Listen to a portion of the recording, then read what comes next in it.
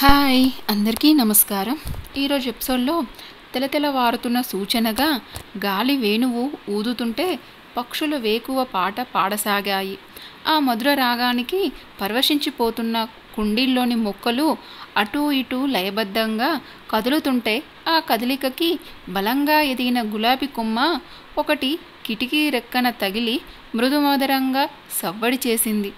రాత్రంతా తీయని కలలు కంటూ ఆ మాధుర్యం గుండెల్లో నింపుకొని గాఢ నిద్రపోతున్న శరణ్య చెవుల్లో ఆ ధ్వని తరంగాలు శంఖం ఊదినట్టు అయి బద్ధకంగా కళ్ళు తెరిచింది. మోసి ఉన్న కిటికీ తలుపు సందుల్లో నుంచి చల్లని గాలి లోపలికి రావడానికి విశ్వ ప్రయత్నం చేస్తుంది.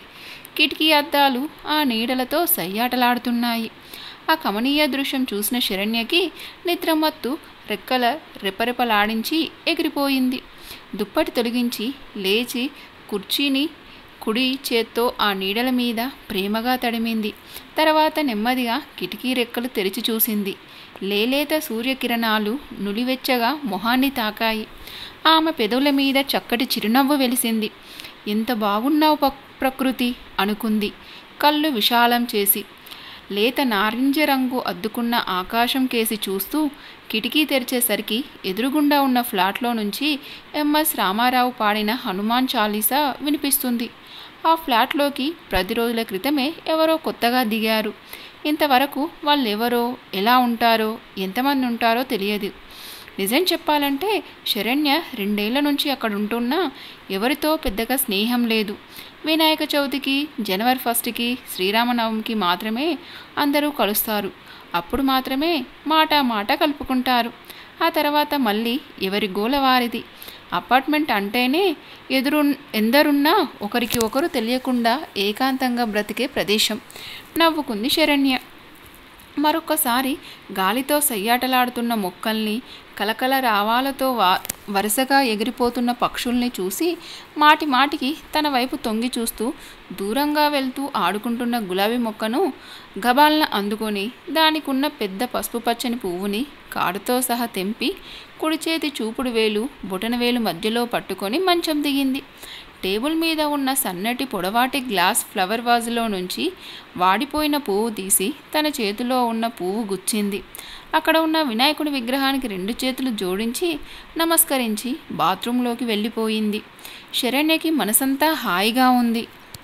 తేజ అంటే ఎంత ఇష్టం ఉన్నా అతనికి తనకి మధ్య ఉన్న స్థాయి భేదం గుర్తించుకొని ఇంతకాలం నుంచి తనని తాను అదుపులో ఉంచుకోవడానికి చాలా కష్టపడాల్సి వచ్చింది.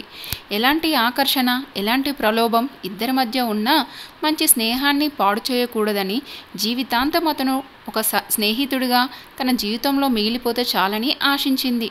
అయితే ఇప్పుడు తేజ ఇచ్చిన భరోసాతో అతని ఆహ్వానాన్ని అందుకొని నిస్సంకోచంగా అతని జీవితంలోకి నడిచి వెళ్ళడానికి సిద్ధమైంది. ఇంతకాలం ఉన్న సంకోచాలు, భయాలు అన్న తేజ మాటలతో ఎగిరిపోయి మనసు ఉల్లాసంగా ఉంది. స్నానం పూర్తి చేసుకొని వస్తూ ఇవాళ గుడికి వెళ్ళాలి అనుకుంది. వార్డ్రోబ్లో నుంచి డ్రెస్ తీసుకోబోయి ఆగిపోయి సూపర్ నెట్ చీర తీసుకుంది. అందంగా చీర కట్టుకొని అద్దం దగ్గర అరగంట సేపు తయారయ్యింది. తయారవ్వడం పూర్తయ్యాక ఒక్కసారి తనని తాను చూసుకొని నేను అందగత్తెను సుమా అనుకుంది. తర్వాత పర్సు తీసుకొని గదిలో నుంచి హాల్లోకి వచ్చి మరోసారి చీర కుర్చీలు సర్దుకొని ఇంటి తాళం బండి కీస్ తీసుకొని బయటికి వచ్చింది. తాళం వేసి లిఫ్ట్ దగ్గరికి వెళ్ళింది. లిఫ్ట్ 4 అంతస్తులో ఉంది. ఒక నడివయసు స్త్రీ గుంటూరు జరీ చీర కట్టుకొని కొంగు భుజం చుట్టూ కప్పుకొని లిఫ్ట్ కోసం చూస్తుంది. ఎవరీవిడ? ఎదురుగా ఫ్లాట్లో కొత్తగా వచ్చిన వాళ్ళు తాలూకా కాదు కదా. పలకరించనా ఆలోచిస్తూ ఉండగానే లిఫ్ట్ రావడంతో ఆవిడతో పాటు లిఫ్ట్లోకి ఎక్కింది. గుడి దగ్గర కాబట్టి నడిచి వెళ్ళవచ్చు కదా అనుకుంటూ బండి కీస్ పర్సులో వేసుకొని సెల్లార్ వైపు వెళ్లకుండా గేటు వైపు నడిచింది. తనతో లిఫ్ట్లో వచ్చినావిడ కూడా శరణ్య వెనకాలే 2 అడుగులు వెనుకగా నెమ్మదిగా నడుస్తూ వచ్చింది. చామని ఛాయగా ఉన్న నుదుటి మీద కుంకుమ, కళ్ళల్లో కాటుక, రింగు ముడి నిరాడంబరంగా కలగా ఉంది. మొహంలో ఉదాసీనత వెనక ఏదో విషాదం ఉన్నట్టు అనిపిస్తుంది. ఆవిడతో మాట కలుపుదామంటే ఆవిడ ఆ అవకాశం ఇవ్వకుండా తల వంచుకొని నడుస్తుంది. ఈవిడ కూడా గుడికేనా అనుమానం వచ్చింది శరణ్యకి. ఇంతలో గుడి దగ్గర ఆగడం, ఆవిడ కూడా తనతో పాటు గుడిలోకి ప్రవేశించడంతో తను కూడా మౌనంగా గుడిలోకి నడిచింది. గుడి చుట్టూ 3 ప్రదక్షిణలు చేసి అమ్మవారికి మనసారా దండం పెట్టుకుంది. హుండీలో 51 రూపాయలు వేసింది. పూజారి ఇచ్చిన తీర్థ ప్రసాదాలు తీసుకొని ఆవరణలో ఉన్న వేప చెట్టు చుట్టూ ఉన్న సిమెంట్ గట్టు మీద కూర్చుంది. ఆవిడ కోసం చూసింది, కనిపించలేదు. అర్చన చేయిస్తుందో కుంకుమ పూజ చేయిస్తుందో. వేప చెట్టు మీద నుంచి వీస్తున్న గాలిలో ఏదో పరిమళం. ఆవరణ చాలా విశాలంగా ఉంది. అమ్మవారు, వినాయకుడు, శివలింగం ఉంటాయి. పూజార్లు కానీ గుడి కానీ ఎందుకో పేదగా అనిపిస్తుంది.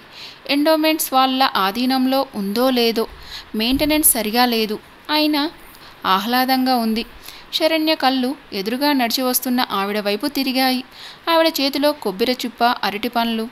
శరణ్య కూర్చున్న గట్టు మీదే కొంచెం ఎడంగా కూర్చుంది. శరణ్య మొహం పక్కకి తిప్పుకొని ఓరగా చూడసాగింది. శరణ్య ఎప్పుడూ బిజీగా ఉండడం వల్ల ఎవరితో మాట్లాడే అవకాశం లభించలేదు.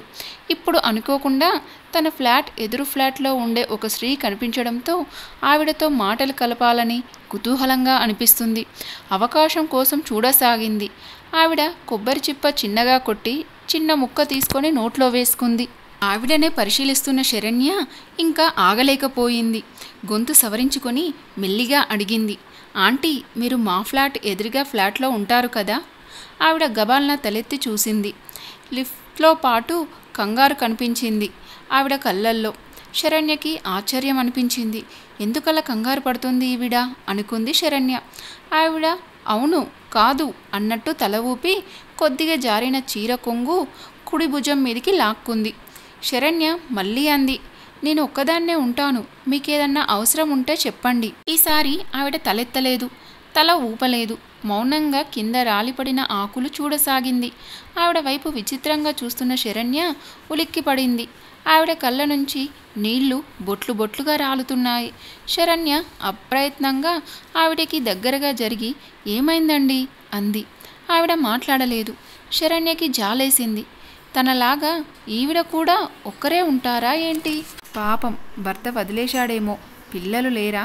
కొడుకులు కూడా వదిలేశారా? ఆవిడ సన్నగా ఎక్కిళ్ళు పెడుతున్న శబ్దం వినిపించి ఆవిడ చేయి మీద చేయి వేసి మృదువుగా అడిగింది శరణ్య. బాధపడకండి, నేను మిమ్మల్ని బాధపెట్టి ఉంటే నన్ను క్షమించండి. పదండి, ఇంటికి వెళ్దాం అంది శరణ్య. ఆవిడ రెండో చేతితో శరణ్య చేయి పట్టుకొని, మేము ఎవరితో మాట్లాడలేము, ఇంకెప్పుడు నన్ను పలకరించకు అంది. ఇదండి ఈరోజు ఎపిసోడ్. ఈ ఎపిసోడ్ మీకు నచ్చిందని ఆశిస్తున్నాను. మీకు నచ్చినట్లయితే లైక్ చేయండి అండ్ సబ్స్క్రైబ్ చేసుకోండి. మరొక ఎపిసోడ్తో మళ్ళీ కలుసుకుందాం. అంతవరకు బాయ్.